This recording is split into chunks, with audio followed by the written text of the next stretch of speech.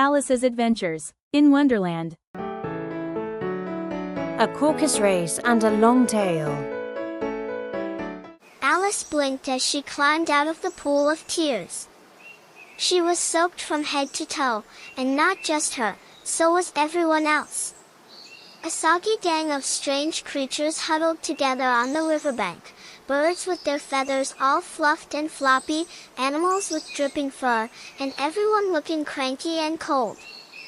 "We have to get dry," someone squawked. "Obviously," muttered a wet and grumpy bird. So they held a little meeting, all standing around shivering. Alice was surprised how quickly it felt normal to be chatting with a duck, a dodo, a mouse, and a lory like they were old friends. In fact, she got into a rather heated debate with the lory, who kept saying, "I'm older than you, so I must know better." "But how old are you?" Alice asked. The lory refused to answer, so that was the end of that. Just then, the mouse, who seemed to be the most sensible of the bunch, stood up as much as a mouse can. "Sit down," it squeaked. "I'll make you all dry." Everyone obediently sat in a circle with the mouse in the middle. Alice stared at it, thinking, if this doesn't work, I'm catching the world's worst cold. Ahem, the mouse cleared its throat in the most serious way. "This is the driest thing I know." And then, it began reciting a history lesson.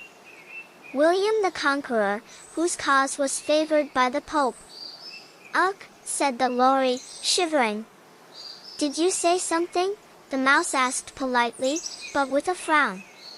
"Not me," the lory replied quickly. The mouse continued. "The English, who wanted leaders, and had been used to conquest." The duck quacked. "Found what?"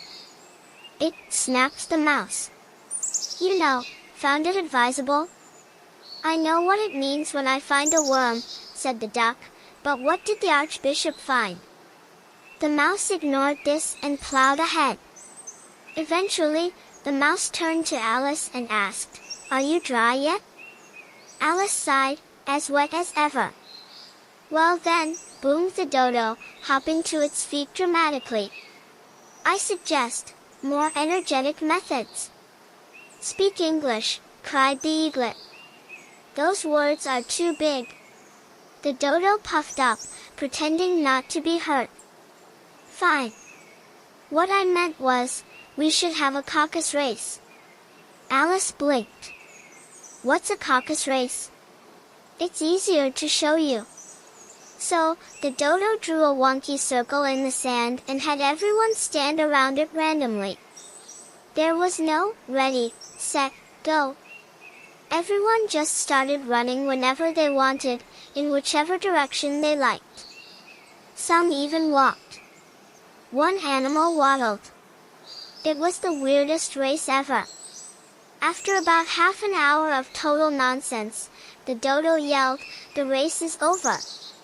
All the animals gathered around, asking, "Who won?" The dodo stood still, finger on forehead, deep in thought, trying to look like Shakespeare. Finally, it declared, "Everybody has won. And all must have prizes." "But who's giving out the prizes?" someone asked. The dodo pointed straight at Alice. "SHE will." Alice gasped.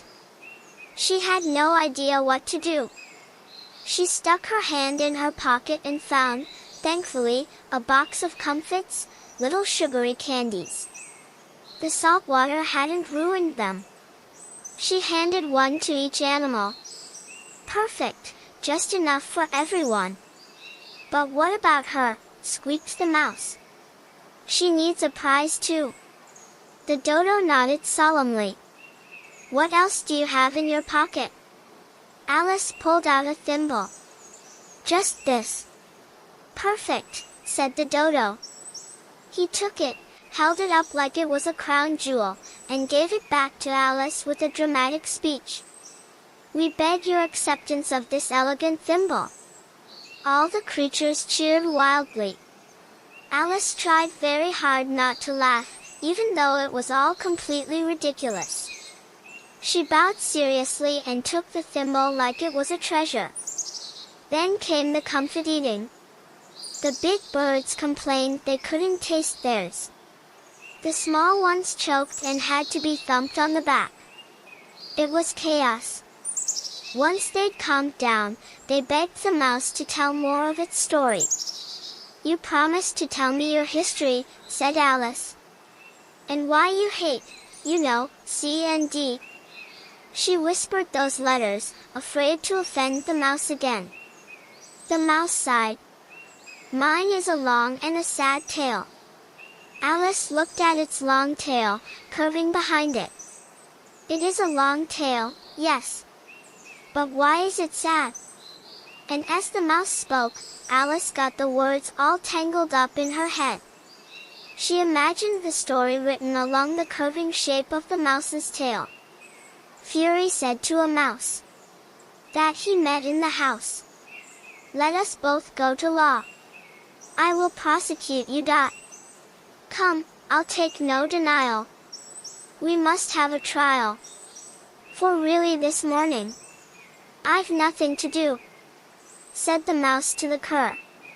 "Such a trial, dear sir, with no jury or judge, would be wasting our breath." "I'll be judge, I'll be jury," said cunning old Fury. "I'll try the whole cause, and condemn you to death." The mouse noticed Alice wasn't paying attention. "You're not listening," it squeaked angrily. "I'm sorry," said Alice quickly. "I think you were at the fifth bend of the tail." "I was not," shouted the mouse. "Not? How insulting!" "Oh no, I meant, but it was too late." The mouse stood up, fur bristling, and stormed off in a huff. "Please come back and finish your story," Alice called after it. The others chimed in, "Yes, please." But the mouse just shook its head and scurried away faster. "What a shame," sighed the lorry. "If only it had stayed." An old crab took this as a moment to parent. "Let this be a lesson, dear. Never lose your temper." "Ugh, Ma, you're so annoying," snapped the young crab. "You'd drive a rock to tears." Alice sighed. "I wish Dinah were here." "Who's Dinah?" asked the lorry. "Oh, Dinah's our cat," Alice said excitedly. "She's so good at catching mice. You wouldn't believe it. She'd gobble up a bird just by looking at it." The moment she said that, everything changed. The birds gasped. One magpie started putting on a scarf and mumbled, "The night air doesn't suit me."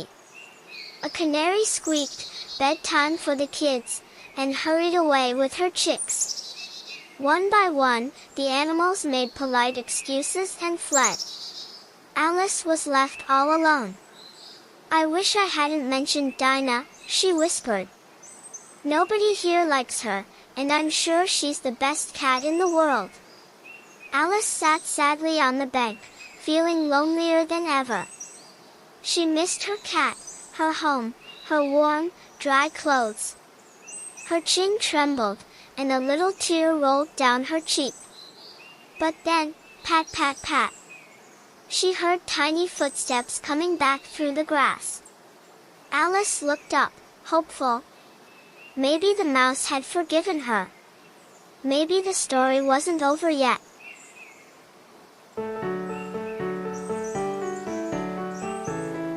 Next. Chapter 4. The rabbit sends in a little bill.